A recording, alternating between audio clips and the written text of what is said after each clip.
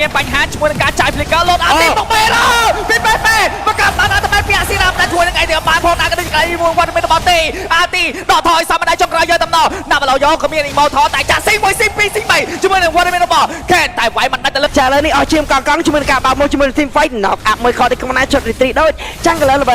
12ទៅលេវ14នេះឡូវច្រើនគ្នាអបជីបាក់ជាមួយនឹងកែស៊ីទៅបានកែស៊ី Fighter មិនសូវកាក់គ្របនោះទេប៉ុន្តែខេនថៃគេខេនបាក់គ្នាទៅពីអាស៊ីរ៉ាបន្តជួយពីក្រៅទីកំណាប៉ុន្តែនៅខាងក្នុងទីខ្ញុំនៅដល់នេះគ្នា Total Free ទៅកាន់ Shadow បាទទៀតឆយយកលត់ខ្លាំងជាងរីត្រីអូយតែអបជីមកជាមួយនឹងការរីត្រីអូយភ័យទៅមែនតើ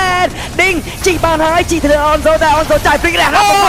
ងនឹងទៅវាយតាមគេតែបោកគេ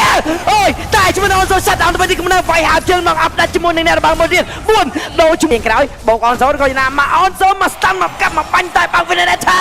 ពីដៃវិញទៅដល់ដាច់ក៏ជាមួយនឹងណាប់លោបោកជើងតាមដល់ចាំងធ្វើជាមួយនឹង Goal Leader បើជាមួយនឹងកាយស៊ីមិនអាចជួយគ្នាចាំមើលបាទឥឡូវ CU 0ចាប់អូយ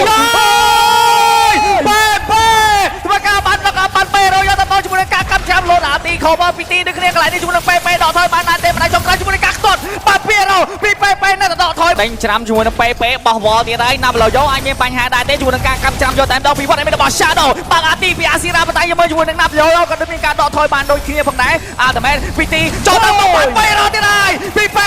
ធ្វើការដែរជាមួយនឹងទីយកទៅពីវត្តឯរបស់អនសូបាច់បដៃចុងក្រោយអត់មានបញ្ហាទៅលើទីដែរទេទីយកទៅបាទចឹងទៅឲ្យ Shadow ធ្វើការបោះជាមួយនឹងវល់ជាប់ទៅលើដេងអស់អាទីបានឲ្យគួរទៅជាធ្លាក់ជាមួយនឹង RPG ប៉ុន្តែពីអនសូក៏ដែរជាមួយនឹង Shadow ធ្វើការកាប់ Ultimate យកតែម្ដងដើម្បីអេមយូនជាមួយនឹង Skill មានការចាំយកតែម្ដងបុកវាយហើយពីអាស៊ីរ៉ាបុកបានមួយរកពីពេធ្វើការ knock out ទៅលើ MDM យកទៅម្ដងជាមួយនឹងការលោតអាទីខោមកប៉ុន្តែពីវត្តមានរបស់ទីប៉ុន្តែជាមួយនឹង Shadow ក៏មានការលោតឈាមដកថយរះរ៉ាវ៉ាល់មួយប៉ុន្តែពីអនសូក៏ដែរខោជាមួយនឹង team ដល់គាត់មួយនឹងលោតយកតែម្ដងពី Flash KH ពេឲ្យនឹង make play ដែរទេជាមួយនឹងពេ